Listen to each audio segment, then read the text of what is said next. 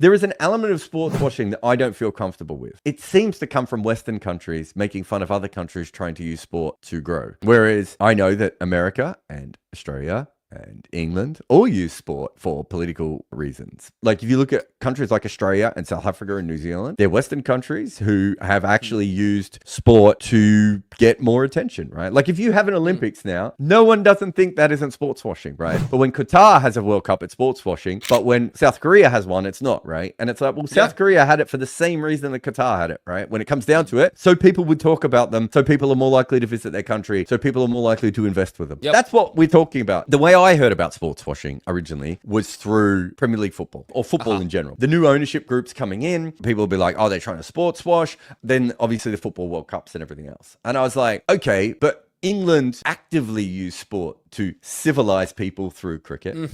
England actively went around the world and hired the best footballers, rugby players, and cricketers and brought them back to England to play in leagues so that English people could watch them and so that England could feel more important because they had lots of money back then. And no one ever used that kind of thinking or phraseology at that point. So I feel uncomfortable with that. And I also feel uncomfortable with a bunch of white men basically going, I can't believe they're ruining our sport when actually the white men have been ruining sport from the beginning. But the other side is I don't feel comfortable with sports washing. I don't feel comfortable with a country doing what Saudi Arabia or Qatar is doing.